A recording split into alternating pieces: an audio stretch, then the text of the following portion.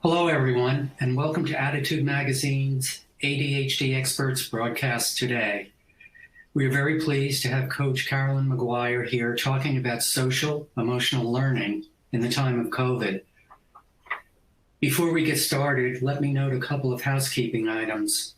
Those of you tuned into the live webinar may download the slides now by clicking on the Event Resources section of your webinar screen.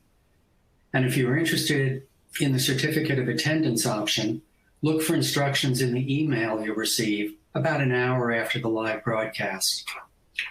For those of you listening in replay or podcast mode, please visit the webinar replay page on the Attitude website, www.attitudemag.com/podcast-324/ for access to both the accompanying slides and the Certificate of Attendance option. Now for today's topic. Social distancing has isolated and stressed all of us, but it has caused children with ADHD to lose valuable opportunities to practice their social skills and make and keep friends. Many school administrators and teachers are hard at work implementing programs to address social emotional learning during distance learning, but parents can also do many things at home to strengthen their kids' social skills, which leads to not only emotional well-being, but also better academic performance. ADHD expert and coach Caroline Maguire will supply us with strategies to meet all of these challenges. Caroline founded and facilitates a comprehensive social emotional learning training methodology, #ConnectionMatters, for adults, parents, clinicians, and academic professionals on how to develop critical social, emotional, and behavioral skills in themselves and in others. Caroline's book, Why Will No One Play With Me, is a playbook that includes foolproof scripts on how to communicate with anyone in any situation and how to ensure the message registers with the recipient. You can ask questions of Caroline during her presentation, and we will try to get to as many of them as we can after she finishes. That all being said, I'll turn it over to Caroline. Thanks so much for being here today. Thank you so much for having me. I'm very excited to be here. I want to add that I am a parent, so I have 2 children, and we are, all in different states throughout the country and throughout the world in terms of where we are. And where you are today may not be where you are in 2 months in terms of social distancing, virtual, hybrid models, in school and at home. So I'm designing the information here for parents so that you can help your child with this social piece, no matter what their current status or future status. And so I want to start by saying, there are so many things going on, and I think it's so challenging for kids. But I think there are opportunities, even at home, even in quarantine or even in social distancing, to strengthen kids' social skills. And so I don't deny that there's a social crisis and that we really miss, the contact that we had before. But I do feel passionately that we can use this time and we can support our children. And so that's what I'm going to talk about today, is really how we can support anybody who is struggling socially. So first, let's start by talking about learning in quarantine or in social distancing. One of the things I would suggest, if you haven't already, is bringing back dinners together, because dinner time conversation is an absolutely fabulous way to help a child who maybe doesn't make chit chat easily, doesn't give more than a one-word answer, doesn't flesh out details, or even doesn't really tell a tight story, right? Many of us with ADD, we tell these long, meandering stories.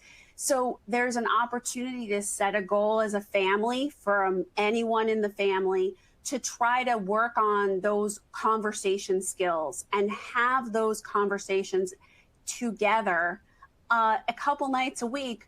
And I love to set goals as a family and sort of openly talk about the things that we all would love to work on. And you as adults pick something too, right? So not just the kids.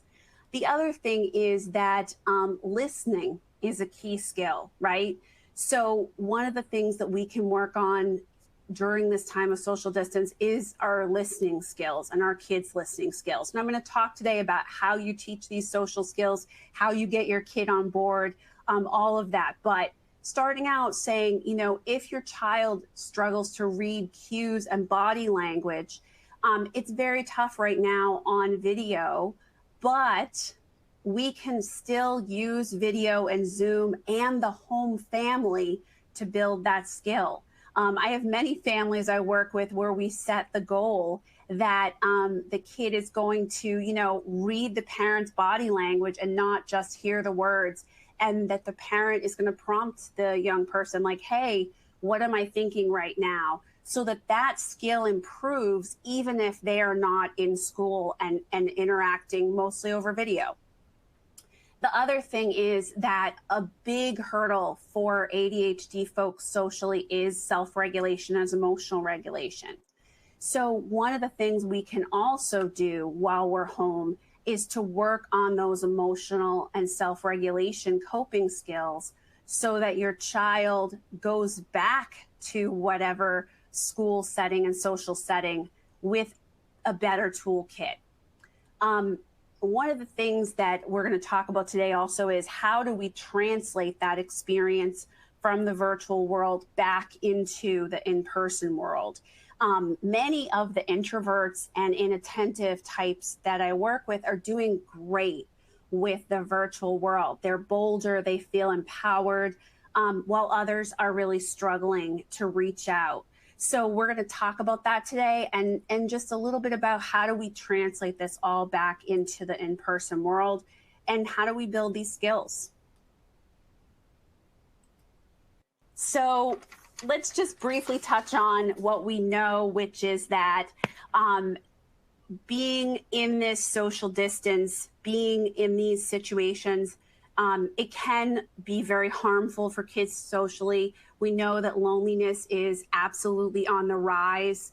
And I want to just briefly touch on why, because I think as parents, it's really important that we step into our kids' shoes and really come to understand what's going on for them. What is it like for them?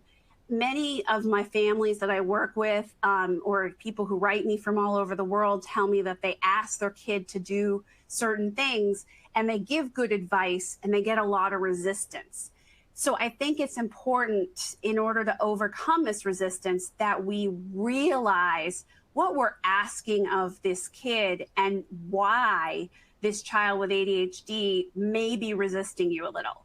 So if your child has a thin social network, I call it, where a lot of their people that they are with are really acquaintances and they don't have a really stable friend group, then the social dynamics right now are absolutely even more in flux because they're being asked to reach out to and engage with in the virtual world kids that they may not know that well. So when you ask them to reach out to someone, or many parents will tell me that they set a goal of, you know, please be social twice a day, please text or reach out, you're getting this big resistance. And a lot of times part of it is that, you know, the kid or teenager may not tell you that they have a very thin social network, but we're asking them to reach out to someone they don't know that well.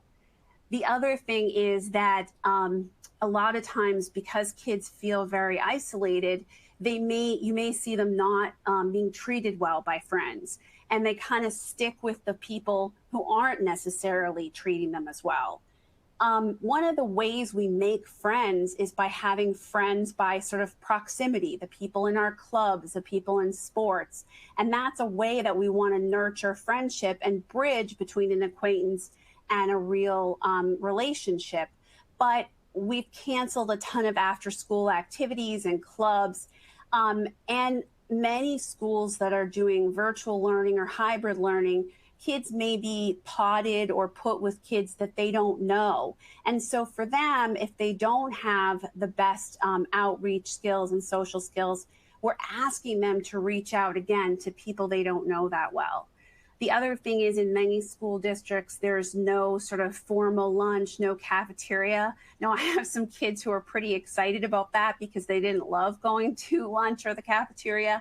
But, you know, it is also a factor here in bumping into people and making those friends by proximity. If you don't have lunch, you don't have that opportunity. And the final thing is that it's come to my attention, a lot of tweens that I work with and teenagers have said to me that one thing they're struggling with is that there's different understanding of risk with COVID-19, and that some kids are engaging in unsafe behaviors or what the teenager would consider higher risk behaviors. And so this is why a lot of what I'm going to talk about today is engaging with your kid and actually having them tell you what's going on and communicating with them, because we may be asking them to reach out to people and they're resisting, and there's some resistance because they don't feel comfortable with the way that that kid is social distancing. One of the biggest things we want to do in terms of helping kids build new social behaviors is to help them witness the social world and how it works.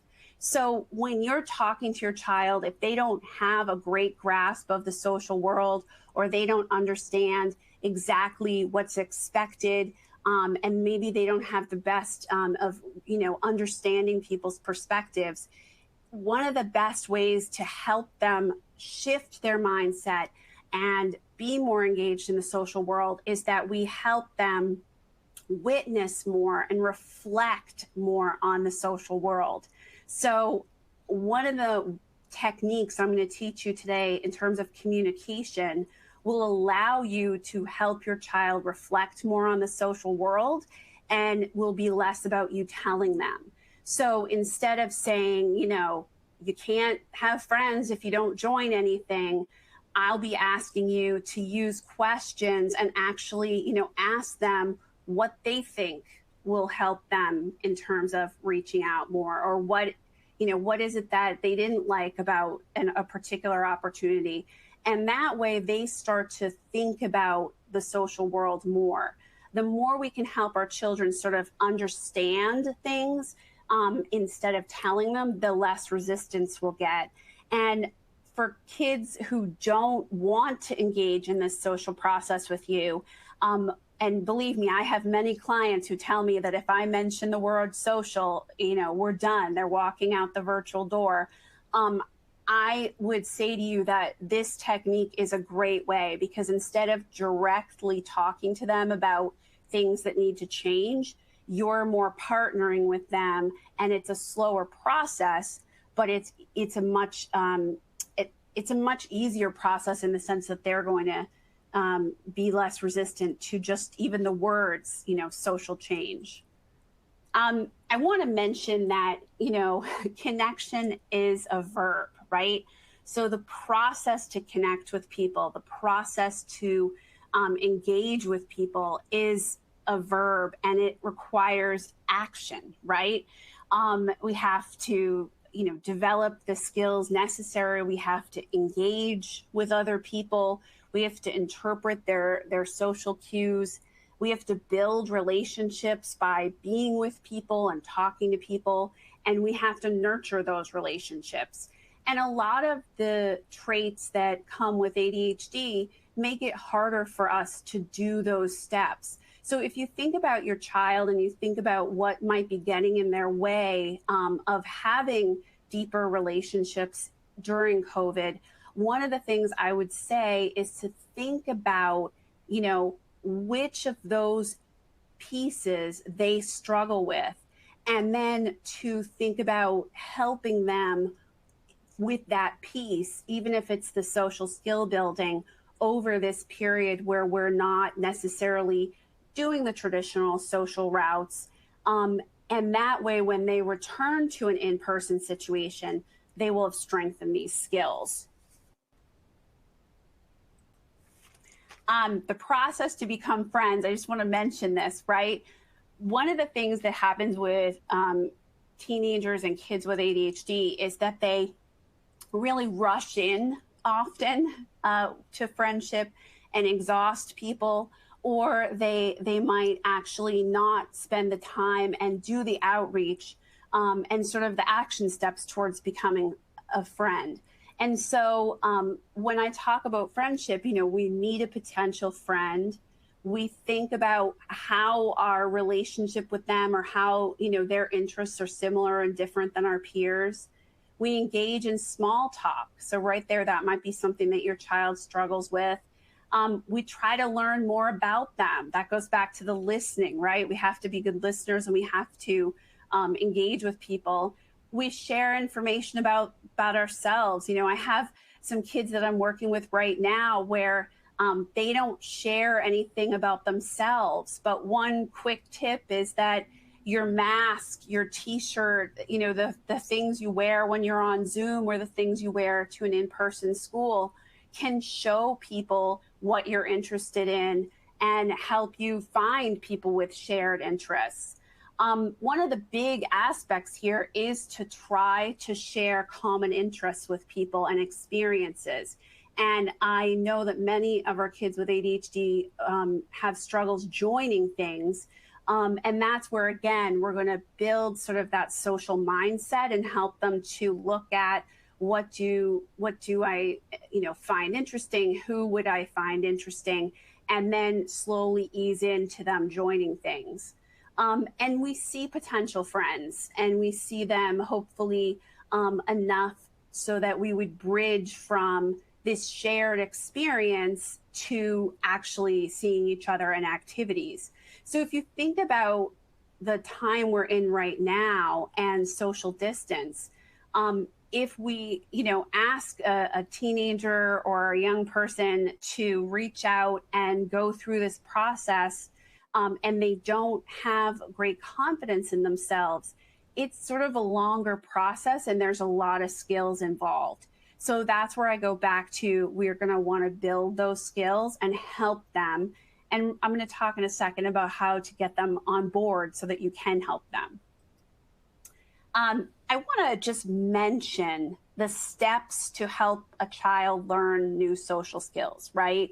So one of the big things is that we have to sort of pave the way, right? So many kids resist because they have a story or a mindset that might not serve them socially, right? They don't want to join things, or they'll say to you that they're fine the way they are, or you hear them, having a behavior, on a video game where they're screaming at everyone and you worry they're alienating other kids. All of those things kind of go back to this mindset. And that's one reason I'm going to teach you the coaching technique with open questions and reflective listening in a minute, so that you can help your child reflect and think about their social mindset. The other piece is paving the way. So a lot of times kids might not be willing to work with you. And what I would say to you is that I had clients who spent the entire quarantine period from March to June that parts of the country just went through, paving the way and rebuilding their relationship with their child. And what they did was to do things that are fun and not about homework, not about school, and not about these sort of lightning rod topics with their child. And they worked on communicating differently, getting that relationship to a better place, and also sharing their own struggles and their own concerns and having that more collaborative discussion. Now, a lot of times parents want to skip this sort of paving the way step. But what I would say to you is that when we want someone to engage with us, it's much easier if we've done the paving and we've done the things to help them shift their mindset before we just jump into, actual skill building. We want to have those collaborative conversations and improve your understanding of their social world. So the more we can understand about what's going on for them, the more we can be their partner. And that might be getting the perspective of siblings and coaches and teachers, but it also might be hearing from them and giving validation to what's hard for them. And then we want them to have an image to navigate toward, right? They need to have that observation and practice of the social experience. So one of the things we can do is we can ask them when they go on Zoom or when they're engaged in playing these video games, tell me about the culture. Tell me about the social norms of this group, right? Tell me about what's going on in this group. And to look at in a fun way what's going on and have those sort of dinner time discussions. And you will help them look at, who has these positive social images, who has the image that they want to go toward. Because even in the virtual world, we're still having, something to navigate toward. There's still people on Zoom navigating it better than others. And then practice and learn, right? So that's the process of changing social, is that we help your child practice and learn. We want to translate any wins that we have in the virtual world to the real world. So I have many clients who are more inattentive ADHD. They might be more introverted or shy, and they are doing great with this idea of reaching out and doing a Google Hangout or doing, watching a Netflix show and chatting with people, because it's not as bold as walking up to someone in the hallway and introducing yourself. And one of the things that came to me really early on in the COVID is that what we have to do is build that confidence and then translate these wins back into the real world. So one of the things I did with a lot of kids like this is we set some goals. Who are the people that they really enjoy at school, but maybe they were not bold enough to go beyond a hi, how are you? Or maybe they had trouble being as forward or asking the person to do something over the weekend. And one of the things we did was we looked at who's on these chats, who's on these larger calls and Zoom things, and what's an excuse to reach out to them outside this, larger Google Hangout or whatever. A lot of these kids told me that it was much easier for them to join a chat or join a group than it would have been in person. And there are a lot of online communities. One thing I found is that, part of what forms friendship is to have a place where like-minded people come together and you share an experience. And one of the positive things that's, I think, happening this fall is I've found that there's much more of that kind of thing popping up within school districts, but also popping up just within the world. So if your child, is willing to engage with you in this, and they might be willing to, look at something that they're interested in, what I'm finding is that we can find an online group within their school and their community, or, in the larger community, where they can find people who are interested in playing Dungeons and Dragons, for instance. One of the things we also have been working on is that they would interpret social cues on Zoom and in other virtual forms. So we talk about the culture, we talk about the social norms. I ask them to sometimes hang back a little bit and observe, and then we talk about it after. And I have them test, and this came right from one of my teenagers. He said, please tell the parents that they need to have the kid test the social norms out and figure out kind of what flies and what doesn't. So I told him I would put this in the slide, and so I did. So when we're thinking about translating some of these social skills back into the in-person world, I think it's really useful to have a conversation and to think about what are the things for your child that are difficult about this online world, and then what are the things that are probably difficult about the in-person world. And one of the things I've found is that a lot of times kids will tell me that they can actually decipher the sort of social norms and unspoken rules of the virtual world, but not the in-person world, or vice versa. And one of the things I encourage them to practice, I always say to people, pick one thing to work on. And every time you enter either a real door or a virtual door, think of that as sort of your intention, and center yourself and do something to sort of think about what your intention is. And then to take a bird's eye view of the situation, right? To look at what's the group, what's the dynamic, and what's your role in the group. This is not easy for kids with ADHD. I know that. And so this might take time before they can do this.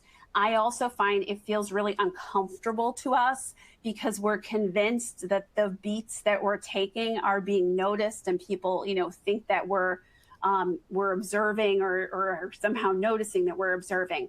But what I would say is, if you can, sort of make a little game of it and have your child try this, it actually is not something people are going to notice.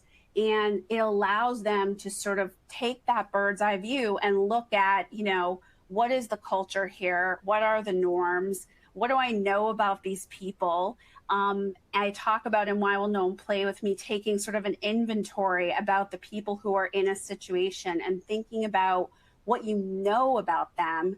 And then, how do you step into their shoes? How will they receive your messages? What are their likes and dislikes? What hot buttons do they have? I hear from kids a lot during this virtual schooling that they get into trouble. And so we sit down and we look at their professor or their teacher and step into their shoes and think about, what are their hot buttons? What do they like? I was hearing from one of my own kids today that their teacher has teapots in the background. What are those little signs, and what do they tell you about that person? The other thing that I notice is something we need to translate back into the in-person world is making small talk. And part of this is that we have to bridge from hi, how are you, to these deeper conversations. So that's why I go back to dinners and talking and role playing and practicing.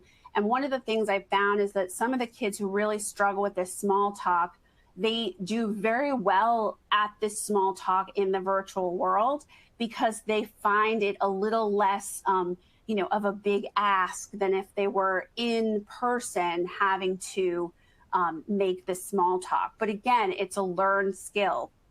We're adding a thought to every conversation we have and building a larger conversation. And then we want to help build bonds and relationships outside the online community. Research shows that when kids actually text and reach out and chat outside of a larger online community, they actually do bridge toward friendship. So we want to help your child nurture those relationships, which translated back in the real world. Think about, if you're on a committee, if you like someone, and find them interesting at work, one of the ways you bridge to real friendship is to, send them a message or call them or talk to them outside of the actual committee or workplace. So I really hope that one of the things that everyone sort of thinks about is the way that kids are experiencing things nowadays. Their world is changing constantly. They have a lot of uncertainty, and they're also being told a lot of rules and things that they have to do. And very few people are getting their perspective on things. So one of the things you can do to get your child more on board with talking about social and have it be less of the elephant in the room is to shift your communication better. A lot of parents have reached out to me and they'll say, I give good advice. No one takes my advice. And I'm totally sympathetic to that. One of the ways to shift your communication and sort of get better results is to start by using open-ended questions. The beauty of open-ended questions is that they encourage your child to talk candidly, and they use words like who, what, how. So you could literally say, how come? How come is one of the greatest questions of all time. What happened? And instead of going into telling mode, you would stay in this open question mode.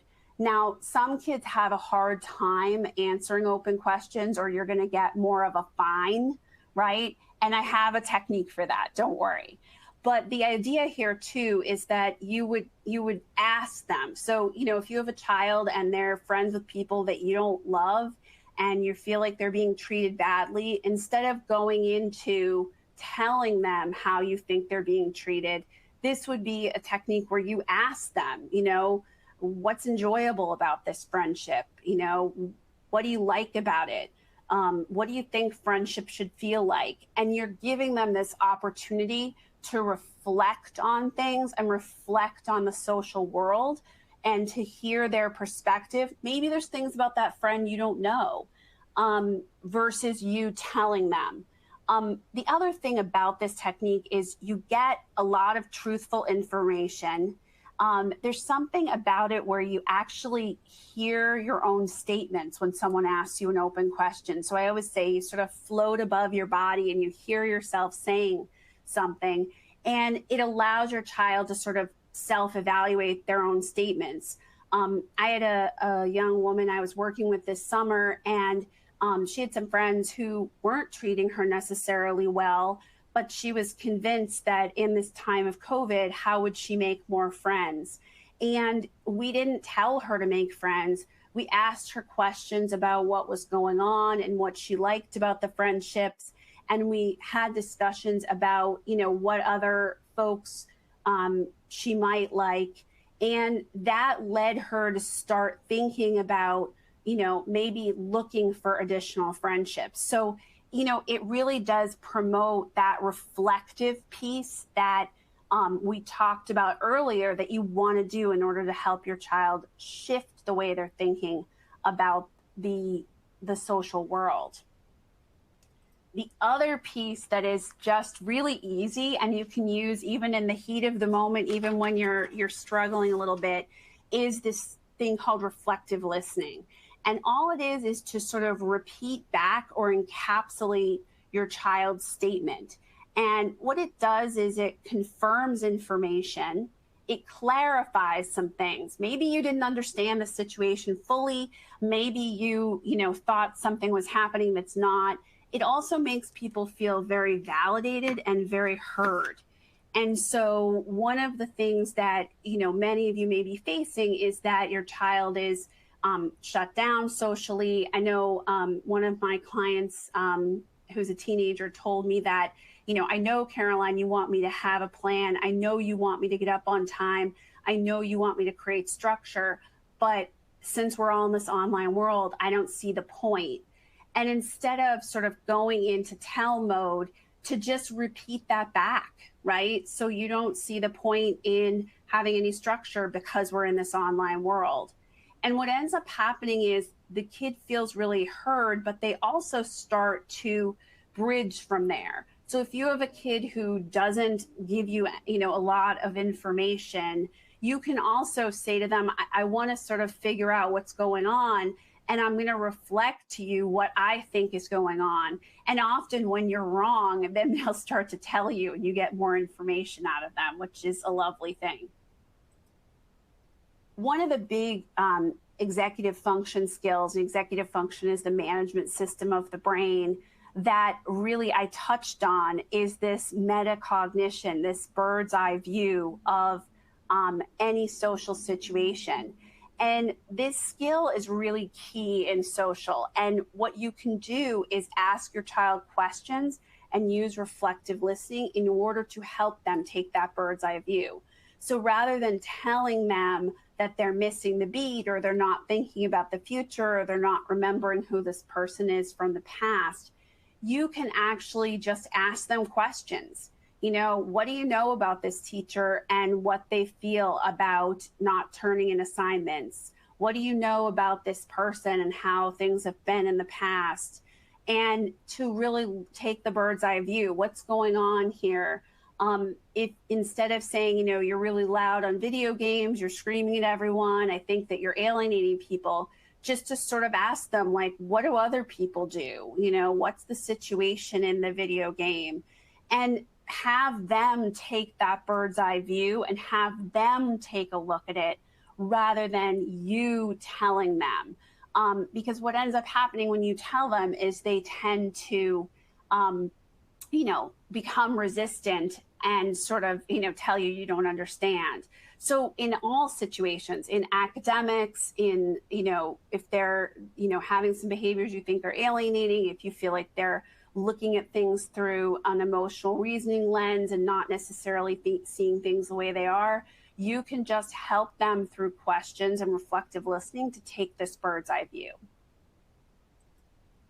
The other question that came up a lot, so I wanted to make sure I talked about it in this webinar, is that a lot of parents are concerned that while we've been in these different states of social distance, that their child isn't necessarily showing empathy, and that they're not necessarily showing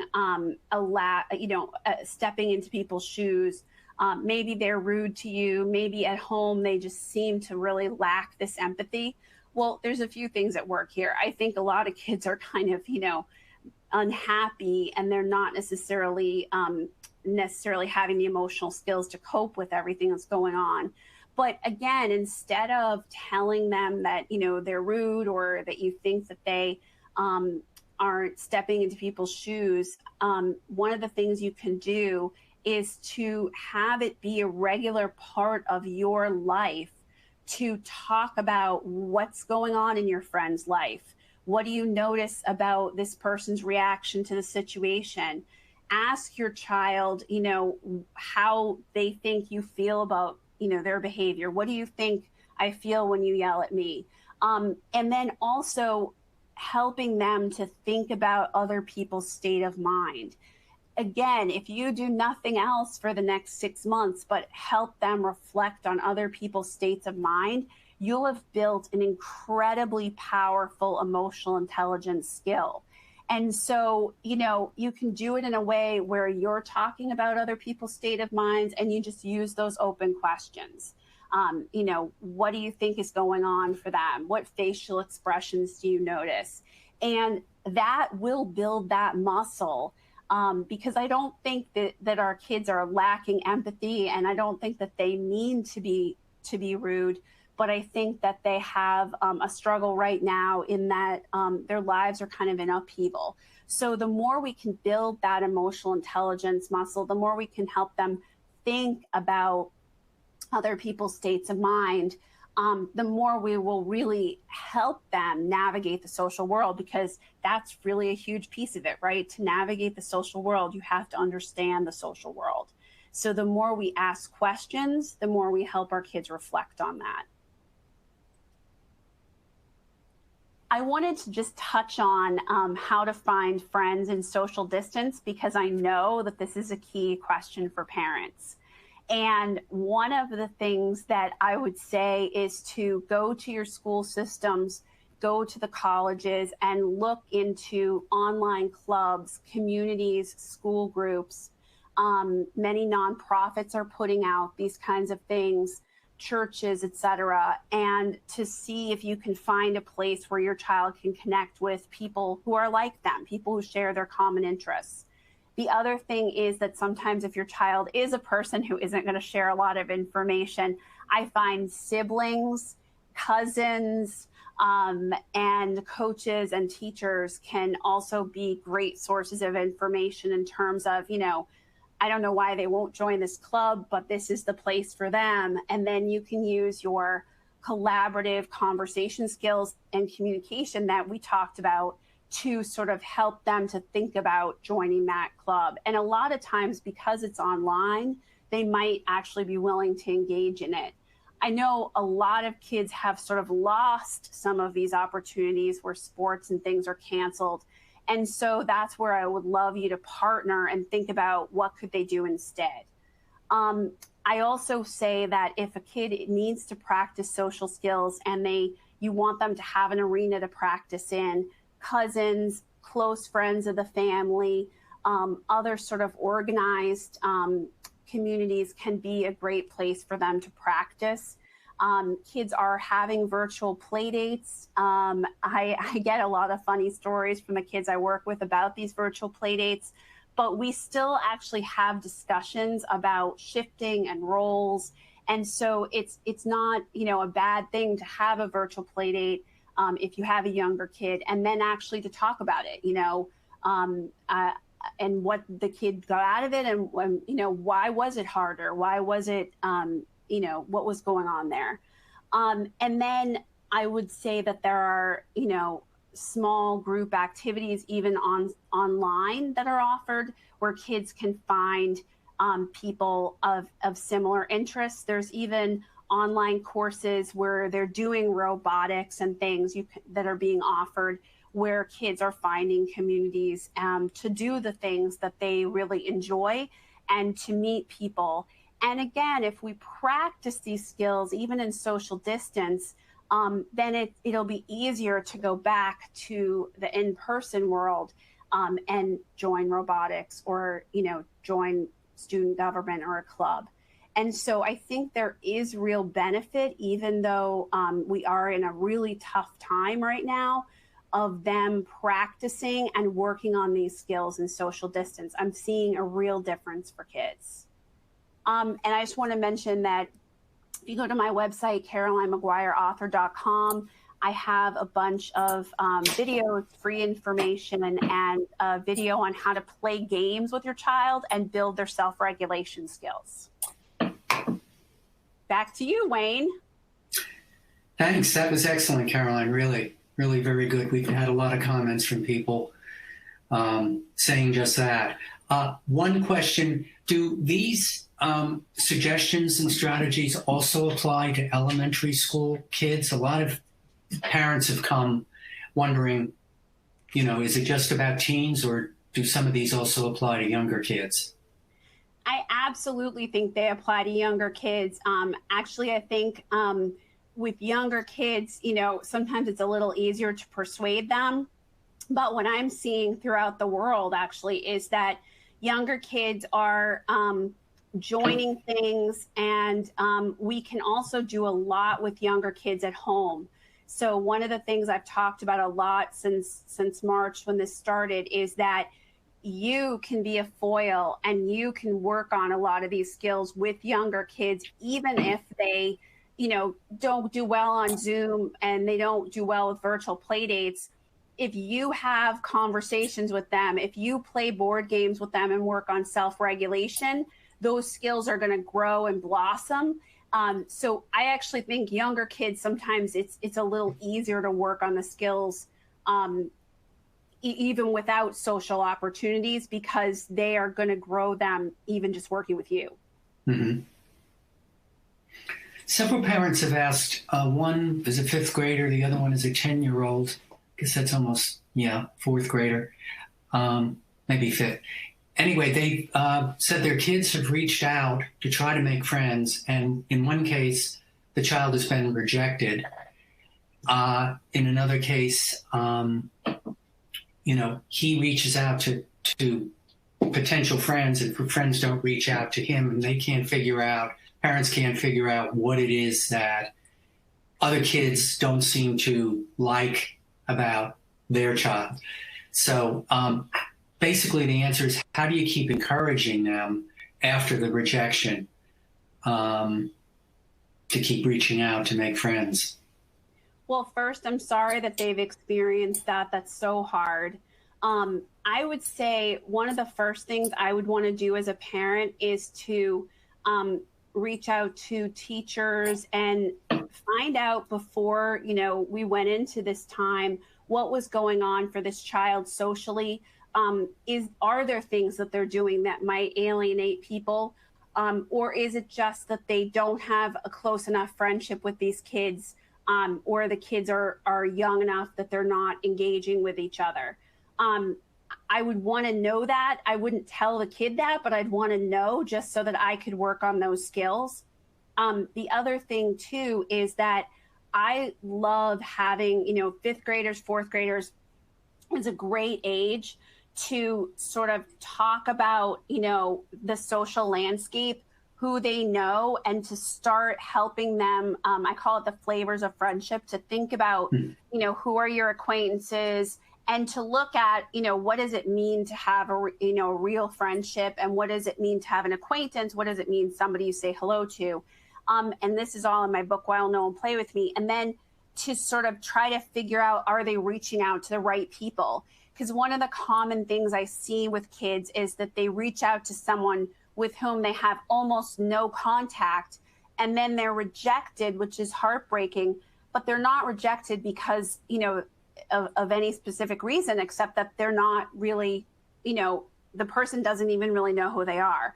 So I think one of the things I would do to encourage a child is to look at, who are they interested in? And I would help them to join some things so that they can stay encouraged, because opportunity is key. And like I said, look at what skills need to be built. Reach out to the teacher from last year and find out what was going on. Mm-hmm. At the magazine, we sometimes ask our audience questions, who are your best friends? And oftentimes, for adults and kids, their best friends are people with ADHD. So one mom has asked, would it be helpful for social skills if, for instance, her son gets together on Zoom with other kids with ADHD, either a one-on-one or 2 or 3 other kids, just to build some confidence, because they might all sort of be, on a similar level. Yeah, Wayne, it's so interesting. I love that idea. My clients have long said that they wish that they could be together, even though they're all over the world. Yeah. And I think that, we want our kids to have positive social models. So we want them to have, kids who are different from them and who show them sort of the social model. But I also think there's something to be said also for the fact that everybody with ADHD is not the same. So within that group, there could be kids who have some strengths your kids doesn't have, and vice versa. I think it would be beautiful, because I think A, we're a lot of fun, and B, there's something really nice about that connection and knowing you're not alone. So I absolutely, if that parent can facilitate that, I think it would be lovely. Yeah. Yeah, me too. That sort of struck a chord with me. Another parent said that your whole thing about children burning out other kids is very true for his daughter. And he wanted to know, it was actually a dad, he wanted to know how he can somehow help this situation so his daughter doesn't burn out potential friends. That's a tough one. No, it's an excellent question, though. So yes, it is a common ADHD trait that we sort of exhaust our friends, and there's a bunch of reasons for it. Sometimes we overshare, sometimes we rush in, sometimes we don't notice other people's feelings, and we never ask them about themselves. And so one of the ways that this dad can help is to sort of look at, his daughter's friendships, and to look at it with her and think about what is it that does exhaust people and sort of burn out the friendships, and then work on those, usually they're emotional regulation skills, right? And help her look at, what is friendship? What do people want and expect? And then build those skills, right? That's why I wrote Why No One Play With Me, because I wanted parents to have the lessons to build those skills. Because what I find is when I look at this with kids, sometimes they even know they're doing it, but they just don't have the self-regulation skills to kind of hold back. So I think the dad could be a beautiful partner for his daughter. And with, don't directly say you burn out friends, but just look at, what do people like and how do they feel? I was with a group yesterday where some people were shouting at each other about politics. No one really likes that, right?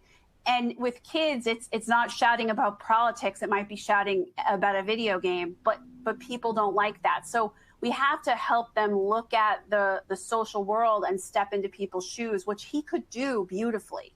Mm-hmm. Let's see. A mom asks, if you have a child who has ADHD and a speech and language development delay, how do you help with his social skills when speech is difficult to understand? That's a tough one. Actually, Wayne, it's interesting. It is a tough one, but I happen to have a little person like that at home. And so I've spent a lot of time developing my skills around this. So first off, the mom can feel free to reach out to me.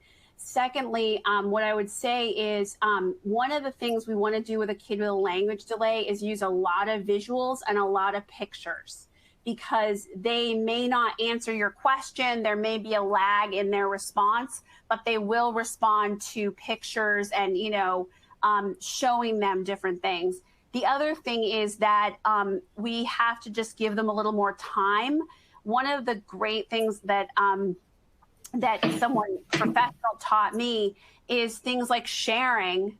When a kid has a speech and language delay, or even they're just really young, we can share with them and ask them if they'll share their special dinosaur or whatever with us. And we hold it for 5 seconds and we remind them of something they want. You really want to make popcorn next. You really want to watch your show. And we allow them to tolerate that 5 seconds, and then we give it back. And this builds that muscle. So even though we're at home, even though there aren't necessarily play dates in some cases, you can build that muscle even with a kid with a speech and language delay. Mm-hmm. I like that advice. Yep. A couple of parents have brought up the fact that their child with ADHD doesn't have a lot of friends, and as a result, or who knows why, they're cyberbullied online during virtual school, and the parent is asking, how can I get help on this? Well, it's terrible, and I'm so sorry that that's happening. One of the things that I was doing even just this week was alerting some school systems to this. And schools are very overwhelmed, but they also are very sympathetic to this. I would take screenshots and information about what's going on, and I would share it with the school so that they can help you. If you know the parents, you could reach out to the parents. But I also would talk to the child about how they feel. I would take protective measures with the school if necessary. And I would also think about, are there things in those messages that I can help the child with? For instance, I had a client where the messages through cyberbullying, and there's no excuse, but the messages were about, you interrupt everyone, you won't be quiet. So now I, as a parent, know maybe that's something I can help them with. So they're not as much of a target. But I would alert the school, because it's not okay. And the sort of bullying world is right now more online, right? Mm-hmm. Right.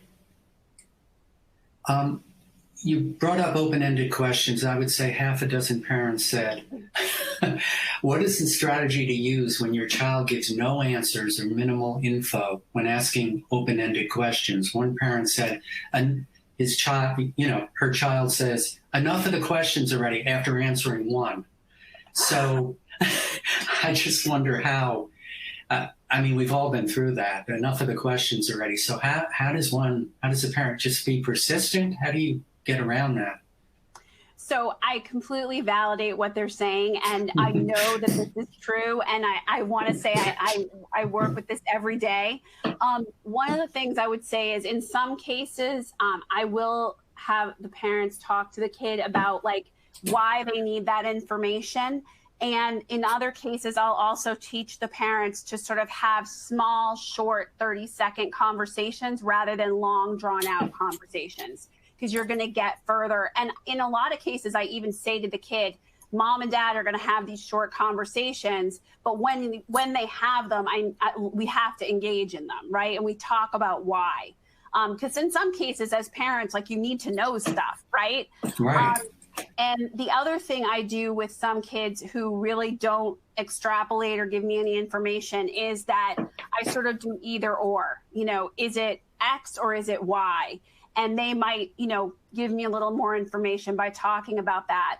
There's also a third thing, which is that there are some kids who really just don't have the language skills to, extrapolate more, to say more, to give us more. And that, I think, is something that you may want to get them some help with, or you want to use another medium, right? Will they talk more when they're playing sports or video games, or, when they're engaged in something they enjoy? But I absolutely know this. And I would say, too, that's where a lot of parents, one question, that's all you get. You don't get a bunch. Right.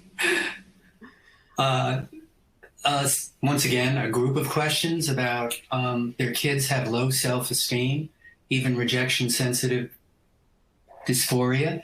And so one rejection and they won't reach out again. And once again, you might have answered this with the other one, but the low self-esteem issue is quite common, whether they have RSD or not. So any suggestions on dealing with a daughter to develop social skills, reach out to friends or potential friends who has low self-esteem? Absolutely. I work with this a lot. And one of the things I would say is self-esteem comes from doing. And so the more we can give a kid a place to shine, a place to feel talented, a place to feel special, the more that the arena of their life where they may struggle is less pronounced, right? Because if you have no place where you feel good, then all you feel is bad, right? The other thing is that with the rejection sensitivity, that is entering fight, flight, or freeze, and it's an emotional regulation and feeling such an intense reaction.